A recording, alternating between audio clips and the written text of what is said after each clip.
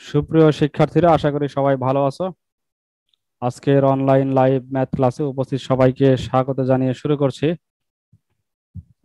তো আজকের ক্লাসে আমরা 167 পৃষ্ঠার 5 নাম্বার সৃজনশীল এটা শিখব। গতদিন বলা হয়েছিল এটা দেখে আসতে। 167 পৃষ্ঠার সৃজনশীল 5।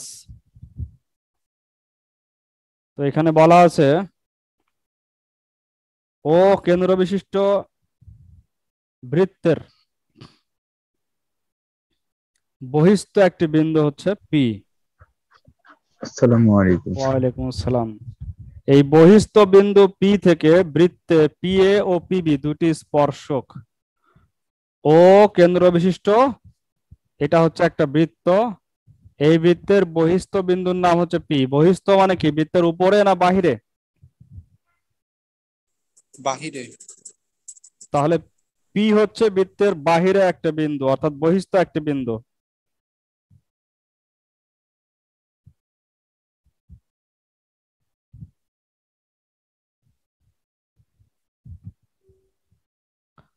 পি বিন্দু হতে বৃত্তে কয়টা স্পর্শক আছে? দুইটা।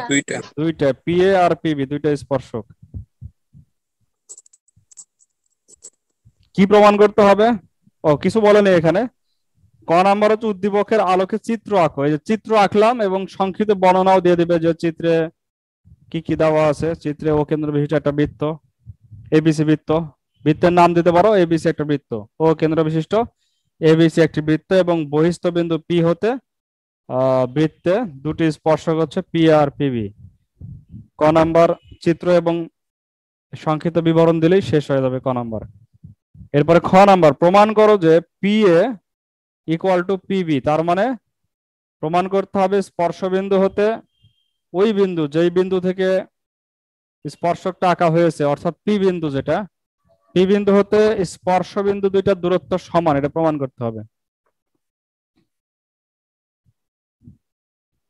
তো খ নাম্বারে গিয়ে আবার চিত্র আঁকবে, নতুন করে চিত্র, এভাবে চিত্র আঁকবে। আবার আঁকার পরে শুরু করবে একবার ফার্স্ট থেকে, যে দেওয়া আছে ত্রিভুজ ও কেন্দ্র বিশিষ্ট এবিসি বৃত্তের বহিস্থ বিন্দু পি থেকে বৃত্তে পি আর পিবি দুটি স্পর্শক। প্রমাণ করতে হবে যে P A equal two PB.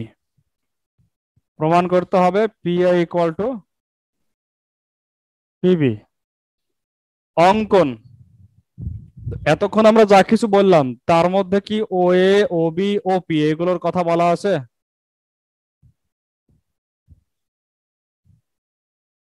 এগুলোর কথা কি না। বলা আছে? নাই। তাহলে এগুলো তো সারা আমরা প্রমাণ করতে পারবো না। এই জন্য অঙ্কনের মধ্যে অঙ্কনে কি করতে হবে, ও কমা এ, ও কমা বি এবং ও কমা পি যোগ করি। ও থেকে শুরু করে ও এ, ও বি, ও পি তিনটা যোগ করে দিতে হবে। তো একবারে যোগ করা অবস্থাতে চিত্র আছে। তোমরা ইচ্ছা করলে ক নাম্বারে যে চিত্রটা, সেই চিত্রে এগুলো যোগ ছাড়াই দিতে পারো, এবং যোগ ছাড়া দেওয়াটাই ওখানে ভালো হবে, কারণ ক নাম্বারে তো যোগ করার কথা আসেনি।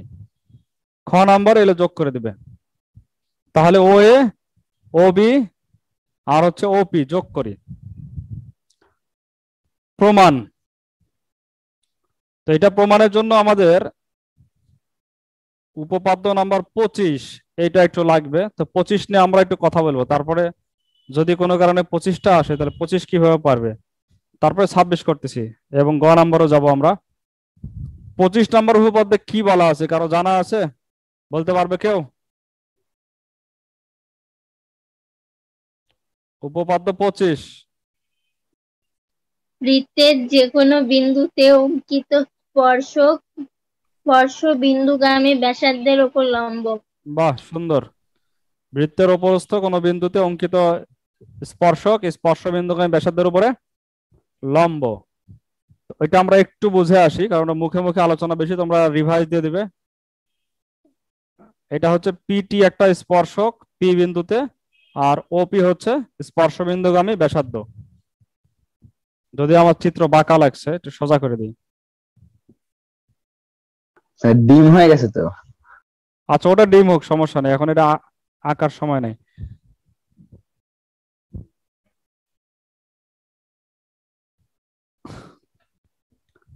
আচ্ছা, ও কেন্দ্র বিশিষ্ট বৃত্তে পি বিন্দুতে পিটি একটি কি? লম্ব ও সরি পিটি স্পর্শক। একটা স্পর্শক, পিটি একটা স্পর্শক। আর পিওটা কি? পিওটা হচ্ছে স্পর্শবিন্দুগামী ব্যাসার্ধ। ব্যাসার্ধ। তো কি দেখাতে হবে? স্পর্শবিন্দুগামী ব্যাসার্ধ হচ্ছে স্পর্শকের উপরে, না স্পর্শকটা হচ্ছে স্পর্শবিন্দুগামী ব্যাসার্ধের উপরে লম্ব। তার মানে পিটিটা হচ্ছে লম্ব ওপির উপরে, পিটি ওপির উপরে লম্ব। তো এটা প্রমাণের জন্য একটু খেয়াল করো 25 নম্বরে কি বলা আছে, যে পিটির উপরে যে কোনো একটা বিন্দু কিউ নেই, তাই না? পিটির উপরে যে কোনো একটা বিন্দু কিউ নেই, আর ও কিউ যোগ করি, এটা অঙ্কনের মধ্যে বলা আছে 25 নম্বরে। পিটির উপরে যে কোনো একটা বিন্দু নিলাম কিউ এবং ও কিউ যোগ করি। আচ্ছা, এখন স্পর্শক সম্পর্কে ধারণা থাকতে হবে, স্পর্শকটা আসলে কি। স্পর্শক একটা বৃত্তে কয়টা বিন্দুতে স্পর্শ করে বা ছেদ করে? বুঝতে পারলাম না স্যার একটা প্রশ্নটা। বিন্দুতে কয়টা? একটা। যদি কোনো সরলরেখা একটা বৃত্তে দুইটা বিন্দুতে ছেদ করে তাহলে সেটা কিন্তু স্পর্শক হয় না, সেটা হয় ছেদক। স্পর্শক এমন একটা সরলরেখা যেটা কোনো একটা বৃত্তের মাত্র এক বিন্দুতে স্পর্শ করে যায় বা ছেদ করে যায়, যেটাই বলো স্পর্শ করে গেছে মাত্র একটা বিন্দুতে, মানে পি বাদে এই বৃত্তে এই পিটি এর কোনো বিন্দুই এই বৃত্তের উপরে থাকবে না। থাকবে? উপরেও থাকবে না। প্রশ্নটাই তো বুঝতে পারিনি আপনার। প্রশ্ন বুঝতে পারোনি? একটা স্পর্শক বৃত্তকে কয়টা বিন্দুতে স্পর্শ করে? একটা। একটা। তো এই প্রশ্ন তো করেছি আমি। প্রথমে বলেছেন বুঝতে পারিনি। আচ্ছা, তো একটা স্পর্শক বৃত্তের মাত্র এক বিন্দুতে স্পর্শ করে যায়, আর কোন বিন্দু বৃত্তের ভিতরে যেতে পারবে না। না? তাহলে তো আমরা কিউ বিন্দু পিটির উপরে নিয়েছি, তাহলে আমরা জানি যে পিটি স্পর্শক পি বিন্দুতে, পিটি হচ্ছে পি বিন্দুতে একটা স্পর্শক বৃত্তের। তাহলে পি বিন্দু বাদে পিটি এর উপরে যত বিন্দু আছে তারা সবাই কোথায় থাকবে? বৃত্তের বাইরে। বাইরে একমাত্র পি বিন্দু বৃত্তের ওপরে আছে, বৃত্তের ভেতরে তো কেউ যেতেই পারবে না, তাহলে তো ছেদক হয়ে যাবে। একমাত্র একটা বিন্দু আছে বৃত্তের ওপরে, সেটা হচ্ছে পি, আর সবাই আছে বৃত্তের বাহিরে। তাহলে কিউ বিন্দু কোথায় আছে? বাহিরে। বাহিরে, কারণ আমরা তো পি বৃত্তের বাদে বাহিরে। হ্যাঁ, পি বাদে অন্য একটা বিন্দু ধরেছে কিউ। তো কিউ বিন্দু বৃত্তের বাহিরে আছে। আচ্ছা, বৃত্তের বাহিরে যে আছে কেন্দ্র থেকে তার দূরত্ব বেশি, না বৃত্তের ওপরে যে আছে তার দূরত্ব বেশি? কার দূরত্ব বেশি? বাইরে যে আছে তার দূরত্ব। বাহিরে যে আছে, কারণ যে বাহিরে আছে তার তো যে ব্যাসার্ধ সমপরিমাণ আছে, আমার সাথে আর একটু বাহিরের টুকু বেশি থাকবে, যোগ থাকবে। একটু বাইরে থাকলে একটু বেশি বেশি হবেই। তাহলে অতএব ওপি এটা ও কিউ ওপির চেয়ে বড় না? জি স্যার। ও কিউ ওপির চেয়ে বড়, যেটাকে বলা হয় ও কিউ গ্রেটার দেন ওপি। ও কিউ গ্রেটার দেন ওপি, তার মানে ও কিউ হচ্ছে বৃত্তের ব্যাসার্ধ ওপির চেয়ে বড়। এবং এইটা কিউ বিন্দুকে আমরা যদি নড়াচড়া করাই, কিউ বিন্দুকে আমি পি এর কাছে নিয়ে আসি, দূরে নিয়ে যাই, যেখানেই নিয়ে যাই না কেন, পি বিন্দুতে না আসা পর্যন্ত, পি বাদে আমি যেখানেই পি কিউ বিন্দুতে নিয়ে যাই সব জায়গাতেই ও কিউ বড় না? জি স্যার। এটাকে বলা হয় যে পিটি এর উপরে কিউ বিন্দুর যে কোনো অবস্থানের জন্যই, পি বিন্দু বাদে পিটি এর উপরে কিউ বিন্দুর যে কোনো অবস্থান বলো বা সকল অবস্থানের জন্য এটা সত্য যে ও কিউ বড় ও পির চেয়ে। তাহলে বোঝা গেল যে ও বিন্দু হতে পিটি এর সবচেয়ে ন্যূনতম দূরত্বের নাম হচ্ছে ওপি। ও বিন্দু হতে বৃত্তের কেন্দ্র ও হতে পিটি স্পর্শকের সবচেয়ে ন্যূনতম দূরত্ব কোনটা? সবচেয়ে ক্ষুদ্রতম দূরত্ব, সবচেয়ে ছোট দূরত্ব ওপি। ওপির থেকে আর কেউ ছোট হতে পারবে না, তুমি ডানে নিয়ে যাও আর বামে নিয়ে যাও, যেখানে নিয়ে যাও সর্বদা হচ্ছে ওপি সবচেয়ে ছোট। তাহলে যে সবচেয়ে ছোট সেই হয় লম্ব। কোন একটা বিন্দু হতে একটা সরলরেখার সবচেয়ে ক্ষুদ্রতম দূরত্বের নামই হচ্ছে লম্ব। লম্ব ছাড়া আর সবাই হয়ে যাবে অতিভুজ, অতিভুজ সবসময় বড় হয়ে যাবে, এটা মাথায় রাখলে হয়ে যাবে। তাহলে বোঝা গেল যে ওপিটা পিটি ওপি এর উপর লম্ব, তাই না? এটা হচ্ছে উপপাদ্য 25 ছিল, তোমরা 25টা ভালো করে দেখবে, 25 নম্বর উপপাদ্য ভালো করে দেখবে। আমি হালকা একটু আলোচনা করলাম। তো সেই অনুসারে আমরা 26 নম্বরে চলে আসতেছি। আবার 26 নম্বরে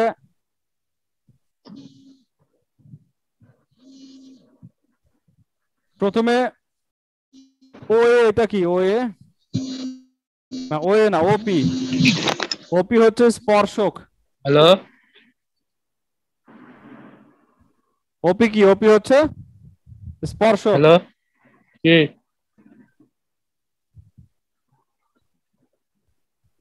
ওপি স্পর্শক। আর স্পর্শবিন্দু ব্যাসার্ধকে ওএ।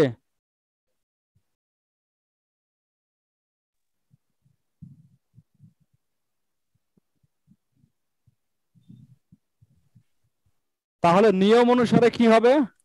নিয়ম অনুসারে ওপি হবে লম্ব কার উপরে? ও এর উপরে। একইভাবে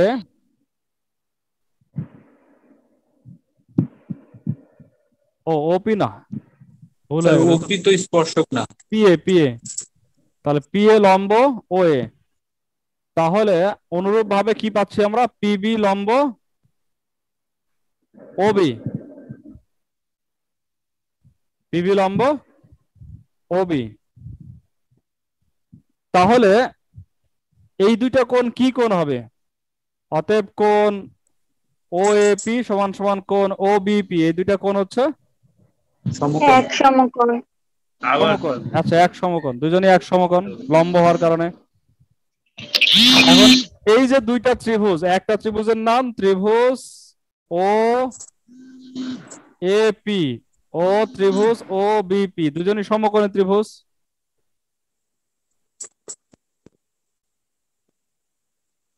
এই দুটো সমকোণী ত্রিভুজের মধ্যে কি কি সমান আছে? দুজনারই অতিভুজ আছে। ওপি ইকুয়াল টু ওপি, এরা সাধারণ বাহু। আর O equal to OB equal OA. আচ্ছা, ও এটা উপরে লাগবে, আমরা তো ও এ ত্রিভুজ ও এপিটা আগে দিয়েছি। জি sir. OB equal to O equal to OB, এরা একই বৃত্তের ব্যাসার্ধ। তাহলে ত্রিভুজ দুইটা কি সর্বসম?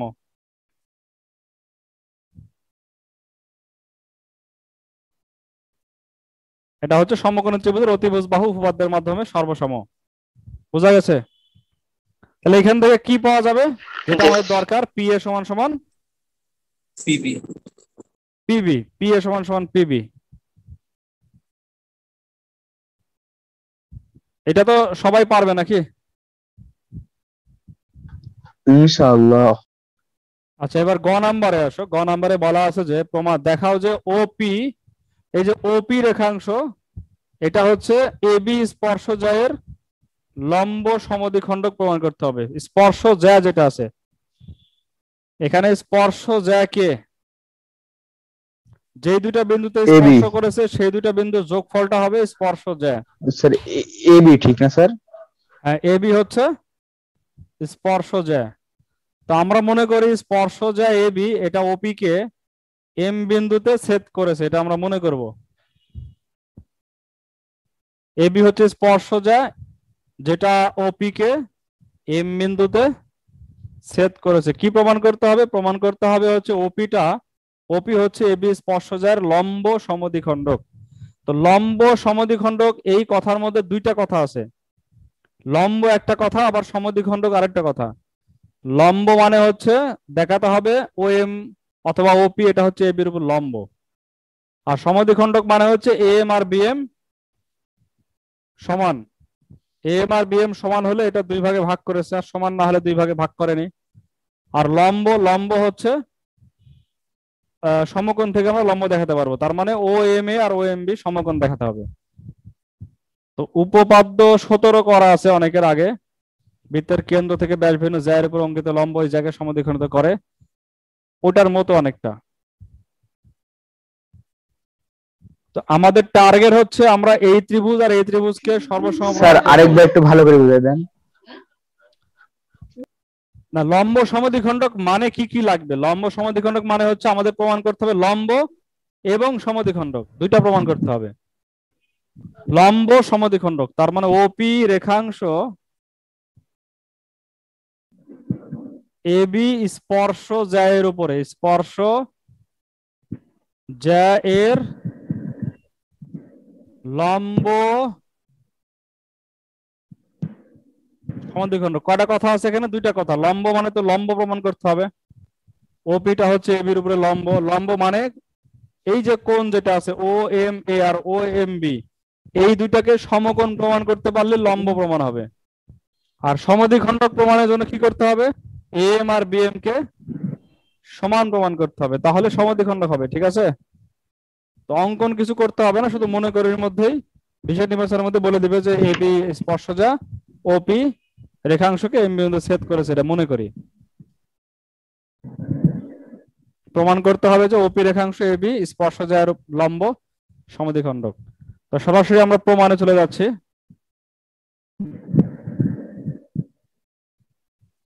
আমাদের টার্গেটটা কি? আমাদের টার্গেট হচ্ছে ও এম এ, এই যে ছোট ত্রিভুজ, এই পাশের নয়, ছোট ত্রিভুজ, আর ও এম বি এই ছোট ত্রিভুজ, এই দুইটা ত্রিভুজকে আমরা সর্বসম প্রমাণ করব। এই দুইটা ত্রিভুজকে কি প্রমাণ করব? সর্বসম। তো এই দুইটা ত্রিভুজ সর্বসম প্রমাণ করতে আমাদের যা কিছু লাগবে সব নাই। এখানে ও এম আছে, ও এ আর এ বি আছে, এইটুকু আছে, কিন্তু কোনো কোণ নাই। তো আমরা যে এই কোণটা নিব, এই দুইটা কোণ সমান নিব, আগের মতো করে ত্রিভুজ ও এপি ও ত্রিভুজ ও বিপি, এই দুইটা সমকোণী ত্রিভুজে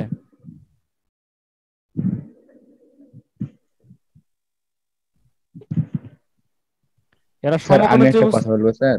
হ্যাঁ বলো। স্যার আমরা যদি লিখি যে খ হতে পাই যে কোণ এ ও এম ইকুয়াল টু কোণ বি ও এম, তাহলে হইবে না ক্ষয় স্যার? তো এখনো পাইনি, ওটা ক্ষয় তো আমরা লিখিনি। ক্ষয় কি লিখছিলাম? ও না স্যার। ওটা লেখা হয়নি বলেই তো আবার সর্বসমটা আরেকবার প্রমাণ করতে হবে। তাহলে এই দুই ত্রিভুজের মধ্যে সর্বসম প্রমাণ করতে সমকোণী ত্রিভুজ ধরলেও হবে, অথবা পি আর পিবি তো আমাদের আছে, তাই এমনি ত্রিভুজে লিখলেও হবে। তিন বাহু আমরা দেখাতে পারবো।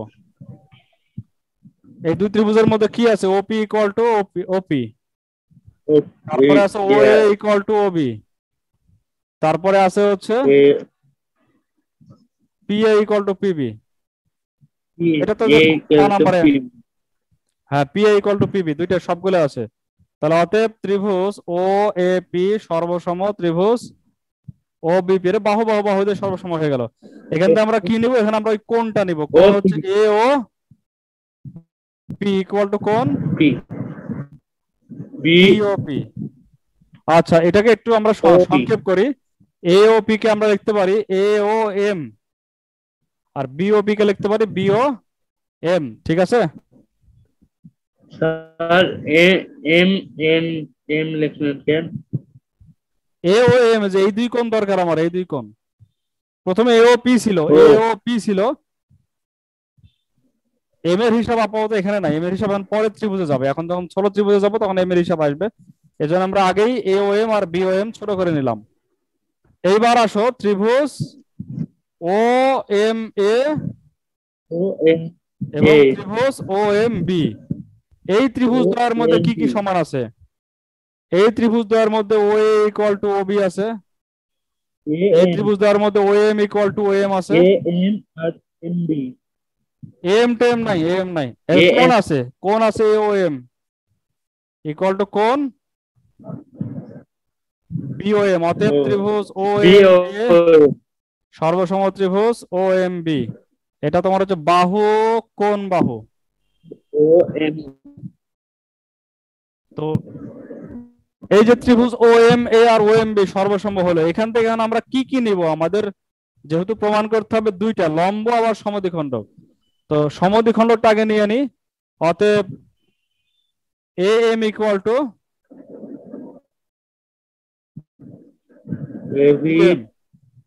M equal to B M, এটা একটা হলো, তার মানে সমদ্বিখণ্ডক। এম ইকুয়াল টু বিএম হলো, এবং আরেকটা কি পাবো আমরা, কোণ O M A equal to কোণ ও এম বি। ও আচ্ছা, ও এম এ এবং ও এম বি এই দুইটা কেমন কোণ? এরা হচ্ছে রৈখিক রৈখিক সমান। যুগল। যুগল কোণ, এবং রৈখিক আমরা দুজনের পরিমাণ সমান পেয়েছি, সমান অতএব কোণ পেয়েছি। দুইটা সমকোণ।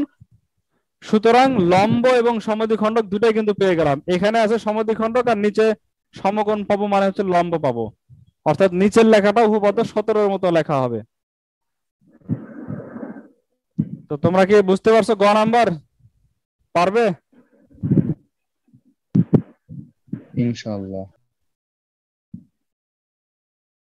তো এই 5 নাম্বার সৃজনশীলটা ভালো করে করবে। এরপরে থাকে হচ্ছে 27 নাম্বার উপপাদ্য। এটাও খুবই সহজই আছে। দুইটা বৃত্ত পরস্পর বহিঃস্পর্শ করলে দেখাতে হবে স্পর্শবিন্দু এবং কেন্দ্রদ্বয় সমরেখ, মানে এক রেখার উপরে আছে।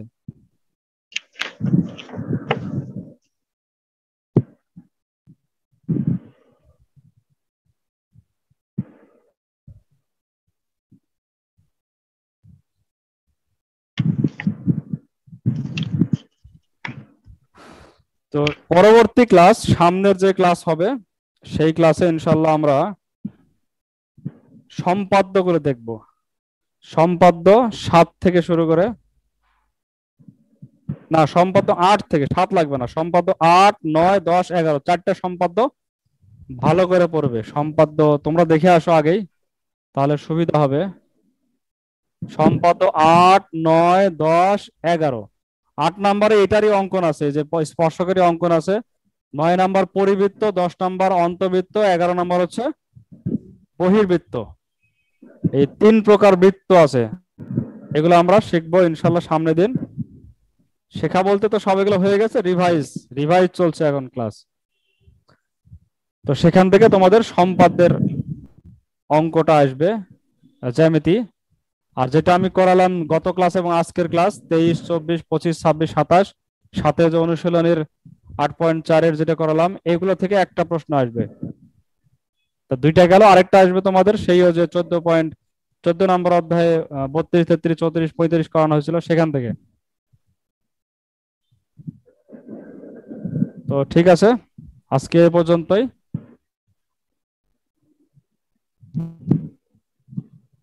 সময় তো আরো আছে, তাহলে আমরা দুই একটা কাজ করতে পারি, সময় আর একটু আছে।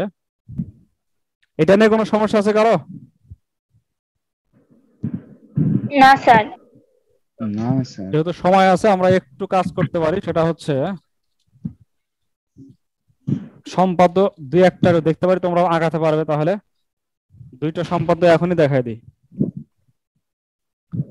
তো প্রথমে হচ্ছে 8 নাম্বার। 8 নাম্বার হচ্ছে একটা বৃত্ত দেওয়া থাকবে আর বহিস্থ একটা বিন্দু থাকবে, আর কিছু কিন্তু থাকবে না। একটা বৃত্ত আর বহিস্থ বিন্দু থাকবে। তো কিভাবে এই বৃত্তের দুইটা স্পর্শক আঁকবে? তো সেক্ষেত্রে এই বৃত্তের কেন্দ্র আর পি দুইটা যোগ করে দেবে। এটা কিন্তু সম্পাদ্যের কথা বলছি। সম্পাদ্য মানে তো বুঝতে পারতেছো, একবারে অ্যাকুরেট সুন্দর করে হতে হবে। পি আর ও যোগ করে দেবে। যোগ করে দেওয়ার পরে পি আর ও এর মাঝখানের বিন্দু বের করতে পারো তোমরা, মধ্যবিন্দু। জি স্যার। কি করতে হয়? অর্ধেকের একটু বেশি ব্যাসার্ধ নিতে হবে, অর্ধেকের একটু দেও উপরে একটা টান, নিচে একটা টান। হ্যাঁ, দিয়ে উপরে নিচে, এই পাশ থেকে আবার উপরে নিচে। তাহলে এই যে অর্ধেক হয়ে গেল, এই জায়গার নাম হচ্ছে এম। তো এটা যেহেতু একবার মাঝে আছে, তার কারণে পিএম আর হচ্ছে যে এমও দুইটা সমান হবে মাঝে থাকার কারণে। এখন এম কে কেন্দ্র করে এমপি অথবা এমও যে কোনো একটার ব্যাসার্ধ নিয়ে একটা বৃত্ত আঁকবো আমরা। এই বৃত্তটা বড় হবে। এটা হচ্ছে আমাদের অঙ্কিত বৃত্ত। এই অঙ্কিত বৃত্তটা আগের যে বৃত্ত আছে সেই বৃত্তকে ছেদ করবে কোথায় কোথায়? এ আর বি বিন্দুতে ছেদ করবে। তারপরে আমরা পি এ আর পিবি যোগ করে দেব, হয়ে যাবে উদ্দিষ্ট স্পর্শক। পি আর পিবি হচ্ছে দুইটা উদ্দিষ্ট স্পর্শক। তো এক্ষেত্রে বৃত্তের পরিমাপ দেওয়া থাকতে পারে, যে খ নাম্বারে যে বৃত্ত আছে, খ নাম্বারে যে বৃত্ত আঁকা হয়েছে পরিবৃত্ত, সেই বৃত্তের মাপ নিয়ে করো, এরকম বলতে পারে। অথবা বলতে পারে যে 3 সেন্টিমিটার ব্যাসার্ধ বিশিষ্ট বৃত্ত আঁকো, তারপরে তার বহিস্থ বিন্দু পি। তো যেটাই বলুক একটু ভালো করে খেয়াল করে সেভাবে আঁকবে। একটাই তোমরা আঁকো, আর বাদ বাকি 3টা আগামী দিন দেখাবো নাকি? আজকের সময় বেশি নাই, জি স্যার। আর 3টা আগামী দিন। তো ঠিক আছে, আজকে এ পর্যন্ত। সবাই ভালো থাকো, সুস্থ থাকো। আগামী ক্লাসে দেখা হবে ইনশাল্লাহ। সামনে নববর্ষ আসছে, 14 তারিখ। সবাইকে নববর্ষের শুভেচ্ছা। রমজান আসছে শুভেচ্ছা। ঠিক না স্যার? হ্যাঁ, বুধবার রমজান তো। রমজানও শুরু হচ্ছে একই দিনে। একদিক দিয়ে ভালো হয়েছে, নববর্ষকে সামনে রেখে যে আমরা অন্যরকম কালচার যেটা আমরা পালন করি, সেটা যেন রমজানের কারণে আমরা মানে বেঁচে থাকতে পারি। স্যার, হ্যাঁ বলো। স্যার একটা প্রশ্ন আছে। বলো প্রশ্ন। স্যার, তারাবির নামাজ কত রাকাত পড়া উত্তম? তারাবির নামাজ কত রাকাত পড়া উত্তম? এক্ষেত্রে ইবনে তাইমিয়া রহমতুল্লাহ আলাইহির মতামতটা আমার কাছে সবচেয়ে ভালো লাগে। তোমাকে 1 নম্বর একটা কথা বলি, সেটা হচ্ছে কোরআন এবং সুন্নাহর মধ্যে কিছু বিষয় স্পষ্ট থাকে, যেগুলো নিয়ে কারো দ্বিমত পোষণ করা বা কোনো ইখতিলাফের কোনো সুযোগ নাই। আর কিছু বিষয় আছে যেগুলো গবেষণা ছাড়া বের করা কঠিন। তারাবির নামাজ এমন একটা বিষয় যেটা গবেষণা ছাড়া রাকাত সংখ্যা বের করা কঠিন। তো অনেকে গবেষণা করেছেন, আমি একজন গবেষকের কথা বলছি, আমি কিন্তু এখানে কিছুই না, আগে বলে দিচ্ছি, আমি কিছুই না। আমি ইসলাম সম্পর্কে ওইভাবে তেমন কিছু জানি না, চেষ্টা করছি হালকা। তো ইবনে তাইমিয়া রহমতুল্লাহ আলাইহির যে মতামত, সেটা হচ্ছে উনি বলেছেন তারাবির রাকাত সংখ্যা নির্দিষ্ট করে দিয়ে গেছেন রাসূল সাল্লাল্লাহু আলাইহি ওয়াসাল্লাম, তার চেয়ে কম করা যাবে না, বেশি করা যাবে না। এই কথা যারা চিন্তা করে বা যারা বলে তারা ভুলের মধ্যে আছে। ইবনে তাইমিয়া মাজমাউল ফতোয়া। তো তিনি বলেছেন যে যেই এলাকার মধ্যে যেরকম অভ্যাস আছে বা যেরকম ক্ষমতা আছে সেভাবে যেন তারা পালন করে। তার মধ্যে এরকম বলেছে যে যদি কোনো এলাকায় সেই মানুষেরা অনেক লম্বা করে সুন্দর করে কেরাত পড়ে লম্বা করে নামাজ পড়তে পারে, লম্বা বুঝো, ধরো এক এক জি স্যার, রাকাত বড় বড় সূরা স্যার। তুমি আধা ঘন্টা করে পড়বে, এক রাকাতে পড়বে আধা ঘন্টা করে বা 15 মিনিট করে পড়বে। তো লম্বা করে যারা নামাজ পড়তে পারবে তারা যেন 8 রাকাত পড়ে। এটা ভালো হবে, কারণ হাদিসে এটার একটা ইঙ্গিত আছে আয়েশা তাআলা থেকে।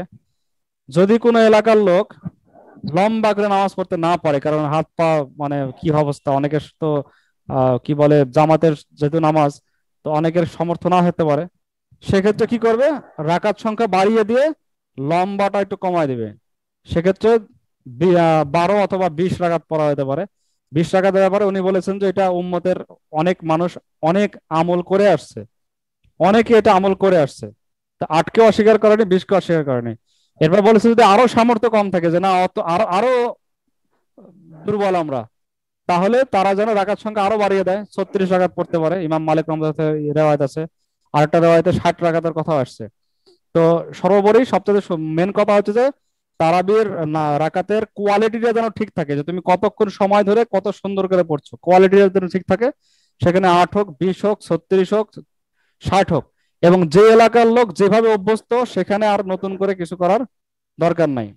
এইটা হচ্ছে আমার মতামত না, এটা কার মতামত দিলাম, ইবনে